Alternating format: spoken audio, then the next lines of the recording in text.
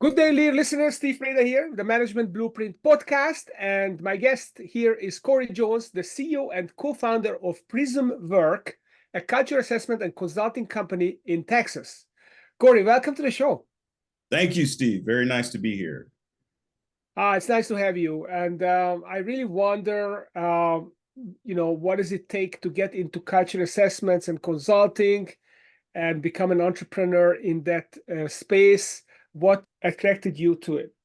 Oh, great question. And I guess like most founders and business leaders, my path is winding. There was no, when I, left school, I wasn't thinking, I want to start a culture consulting company or a leadership development company. Oh, really? I started as a creative. I worked in advertising for over 2 decades, creating videos, creating advertisements, connecting with audiences in different ways for brands that you've probably never heard of and a few that you probably have, and moved into as an executive creative director. And in all of that journey, that career pathing, I saw how other people led. I remembered how I was treated and how I felt along the way.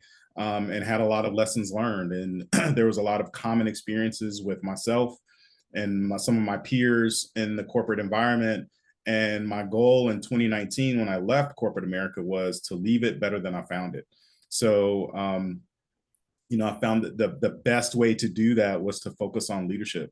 And so my remit for myself, my passion was how to define modern leadership or leadership for the 21st century, because I felt it was lacking. A lot of people were burnt out. A lot of people were disillusioned with what leadership and what companies, how they were being treated.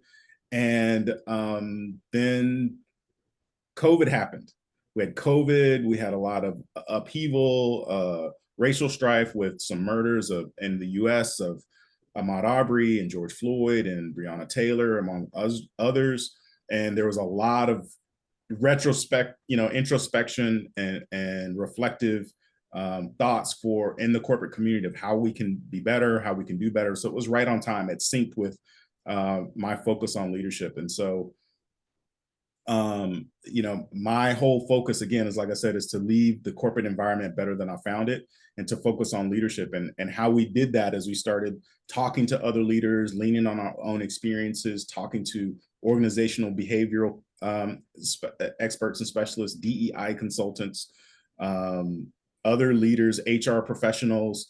And what kept rising to the top were these 6 essential skills. And it was humility, empathy, accountability, resiliency, transparency, and inclusivity. And when we put all of those together, it really resonated with them and resonated with us. Sorry, Corey, this is what you call the Hearti Framework, right? That's right. Correct. Hearti Framework. We call it humility, empathy, accountability, resiliency, transparency, and inclusivity. Okay, so let's get into it. So why did you pick these six, and is this a particular order that they are in? Is this significant, or is it just you have to focus on these 6 in whatever order? Well, we don't expect everyone to be completely Hearti in all ways. We have strengths and we have vulnerabilities. What's great about Hearti is they're pretty approachable. Most people understand what each of those skills means. When you say humility, people have a general understanding of what that means. And when we talk about humility, it means recognizing your own limitations and understanding that the accomplishments are due to the efforts of the team. It's not just ourselves. It is minimizing arrogance, but it really is understanding where we're limited and where we lean on each other in order to perform better. And I'll go through all the rest of them, but what happened is we had these conversations and we started doing research and surveys, and those 6 skills kept rising to the top. And we realized that they're all interconnected. There are some patterns of most leaders, how they map out. We have an assessment where you can understand what your strength is and what your vulnerability is. And most leaders, Steve, or I won't say most, the average of most leaders we're highly accountable. So we love to do what we say. and then hold others accountable to what they say as well, right? KPIs, goals, and any of those targets. We're accountability driven. We like to perform. So a lot of leaders really index high on accountability, and then we tend to be a little vulnerable in the areas of humility. We're not as willing to recognize when we're limited or where our limits are. And so that's kind of how they map out, and the others kind of range, within the middle. But we don't prioritize any over the other. Everyone brings value to the table, and some people are extremely transparent, where they'll share the message, they won't hoard things, and they have a different leadership style, and they have different effects. And some people are highly empathetic. They're willing to sit and listen to people, to understand their point of view and perspective so that they can act on their behalf. The key skill is inclusivity, not only because we're becoming a more global society, global economy. We have to interact with people from different backgrounds, regions, languages, races, ethnicities, but also because we have to be, if we're going to be effective, we have to use all of those other skills inclusively as well. And they're all tied. So when you have to be humble with all groups, not just with one, accountable to not just your team, but to your boss and to your customers and to your environment. And when we talk about accountability, it's not just to those groups. We talk about 300% accountability. I dive into this deeper in my book that was just released in October. I co-wrote with Lisa Stromberg and Jean Ann Nichols. It's called Intentional Power, the 6 Essential Leadership Skills for Triple Bottom Line Impact.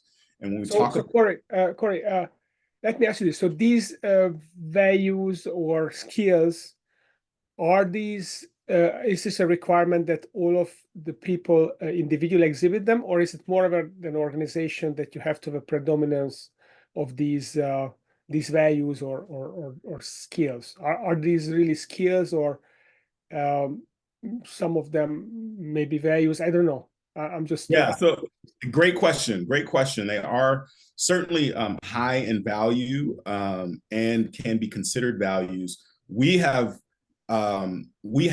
pointed out how each of these can be proven through action. So they are skills. And these are things that can be learned and improved upon. You can be more humble. You can grow in your humility. You can grow in your empathetic skills by listening more intently, by being more proactive on someone's behalf. You can, of course, be more accountable. So there is the ability to grow in each of these areas, which is why we've defined them as skills. They are learned, and each individual can expand their skills in Hearti. Now, what we will do, though, is we can look at a team or an organization and look at them as an aggregate and understand, how are you as an organization? Are you more resilient? Are your people more empathetic? Are you more accountable? And we can help them be more effective at leaning into those characteristics, those skills, when they make decisions, when they come upon challenges. If they're typically very transparent about it, what will the outcome be? How can they also bring in some empathy with that transparency? Or how can they be more inclusive in their approach when they hand down the next campaign or project from above? So what's the right balance, for example, between empathy and accountability? So do I have to hold people accountable, or should I be empathetic for them to not be able to deliver? And maybe, which value should come first, or is it a balance? It is a balance. They really work together. And as a leader, you have to understand kind of how to be successfully accountable. And to be successfully accountable is to bring along empathy alongside it, and also resiliency, because we can have our best laid plans and set goals and targets, but life is going to happen. How many targets and goals did we have in 2020 and 2019 when COVID disrupted us all? So we have to be resilient and understand that sometimes when we set a goal and start a journey that we may have to adapt and flex and bend in order to get there, in order to perform. So accountability is high. For those that are accountable, they sometimes aren't as empathetic. To your point, if someone has an issue at home, an individual personal issue, it may impact your ability to meet that goal. So how do you account for that or allow for that and be resilient, whether that's bringing in another team member to help cover that person that's got an issue, or to find another supplier if there's a supply chain issue. How do you adapt and move to be more resilient? But if accountability is your North Star, you do have to bring in those other skills in order to hit it. Otherwise, some of the others may suffer. It is a give and a take. It is a balance, and it requires you to be able to be deft at maneuvering and leveraging all of those skills as a leader to be successful. Mm-hmm. What about some other skills or values that are more important in certain functions and not as much as other functions? For example, humility, I can imagine, could be really important in customer service and, of course, leadership to some extent. But then you also have, for example, sales. If someone is too humble and too empathetic, perhaps, then not going to be able to clinch that sale, because sometimes it requires some more aggression and pushing. So are there different standards for different functions? Sure, yes. Some teams the fingerprint, if you will, tends to be a little different. And it does allow you as an organization or as leadership to be able to say, what's the likelihood that this person will be successful in this role? They're extremely resilient. So sales and leadership might be something that works for them. But they're also, like you said, very humble, not willing, more willing to see the limits, to see how they're limited and how things can't get done. And so that might be a barrier for them. So this is, you decide to say, let's put them on a program to kind of remove some of those barriers and some of those limits. But I will also say, as a salesperson, being humble is a requirement, because we come in with a solution for our customers, but it also takes trying to ask the right questions to make sure that we're meeting the right needs, and not to go in thinking we've got all of the answers for that customer, because each customer, each client has different individual needs and different challenges. And so as you can be willing to ask questions, which shows humility, you can be a better salesperson to meet those needs. Yeah, that makes sense. So how do you train these skills? What do you do to improve people's skills? You've done your assessment, you've got the map, their personal profiles. What do you do? What's the next step? So next step is, we have executive coaching where we can help you walk through your Hearti report or your Hearti assessment and see and put on a learning plan or a program for you to grow in those skills. We also have learning labs where we'll come into an organization and we walk through the skills for people to have a better understanding. My co-authors of the book are teaching right now for business leaders, teaching Hearti at Stanford, so that you can get a better understanding of how to incorporate the Hearti skills into your professional development, into your organizational development. And we have a book, like I said before, Intentional Power, the 6 Essential Leadership Skills for Triple Bottom Line Impact, that dives deep into each of the skills with a action plan at the end, with questionnaires to help you assess, and how can I incorporate these skills into my daily practice of being a business leader. So we've got books, we've got classes, learning labs for you to get better, in executive coaching as well. Okay, fantastic. You basically have the whole package. So Corey, what are you working on next? So now that you figured out with your co-authors the Hearti system and you're teaching it and training it, what's next? What excites you about the future of your work? So what's exciting is we are looking to introduce 1 million Hearti leaders into the corporate workplace. So we want a million people to take our assessment, to get invite us to their companies, to do learning labs, to set up a time with our executive coaches. So because we do believe that the new way forward of revolutionizing the workplace is by bringing Hearti leadership to the forefront. The more we recognize that the value that we each bring as a leader to our workplace, you don't just have to have the title. It's your willingness to make your team perform better, to bring your whole self to the place, and lean into the strengths, the leadership strengths that you have.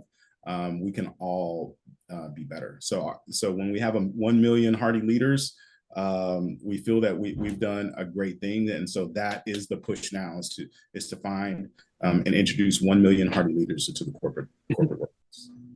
Okay, well, that's great. And the last of the transparency, I'm wondering, is this an individual skill? Does that depend on the company's policies? I mean, there could be trade secrets. Is it about personally being vulnerable? Is it about what is it about? Transparency, when we talk about it, it's about standing in your why and your purpose.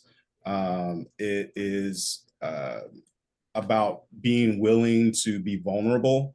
It's not just about passing information along. It's about building trust with your team. And so, yes, as a leader, sometimes there are some things that you are not allowed to share. It's embargoed, or you don't want it to get public, or it may incite bad sentiment. If you don't want to, you want to be transparent that maybe your company's having some challenges, but you don't want to share that we are going to have to lay off people tomorrow until it's time, or next week until it's time to do it. So there are some ways that you want to be discreet, but the more that you can share as a leader, the more that you can be vulnerable and transparent about challenges that you're facing as a leader. It's about personal transparency. But then as an organization, the more you can be transparent about your practices to your customers, to your employees, to the communities that you serve, the better it will be. Okay. What about inclusivity? What can individuals do personally to create more inclusivity? The inclusivity is tied to being willing to bow to the idea that your uniqueness is not the most precious thing, right? That we all bring special skills and talents to the table, and we can recognize that in people that don't look like us, that don't have our background, that don't share our points of view. And the more we can do that and build allyship with those that aren't like us, because it's easy to build allyship with people that are just like us, Steve, that are aligned, that look like us, that talk like us, that see the world the way we do. But it's a challenge for us to build allyship with those that might be slightly different. But that's how we get to innovation. That's how we get to new thoughts and ideas. That's how we get to new ways of working and being. So when you expand your view of what can be successful, who can be successful, and take that away from your own uniqueness, you're opening up that skill of inclusivity. Okay, well, these are very worthy skills and values. Again, so the Hearti values: humility, empathy, accountability, resiliency, transparency, and inclusivity. So if some of our listeners would like to learn more, read your book, wants to get in touch, where should they go? Where can they find you? You can always start at PrismWork.com. That's PrismWork.com. That is our company website, and you can find links to our book there, as well as the Hearti Assessment. If you want to go directly to the Hearti Assessment, that's HeartiQuotient.com. That's HeartiQuotient.com. And you can start your assessment immediately, and you'll get in about 10 to 12 minutes, you'll understand how you show up as a leader, what your strength is, where your vulnerability is, and where you can get work. And then you reach out to us and we can help you form that path, that development path as a leader, so that you can get better. A lot of people that are looking to go to that next level in leadership, either into executive leadership or just be stronger in leading in their business, having a true understanding of where you sit as an inclusive leader is important. It's that first step, that awareness. Then we can build the development plan with you. The book, again, can be found at any major retailer and also on Amazon. It's Intentional Power.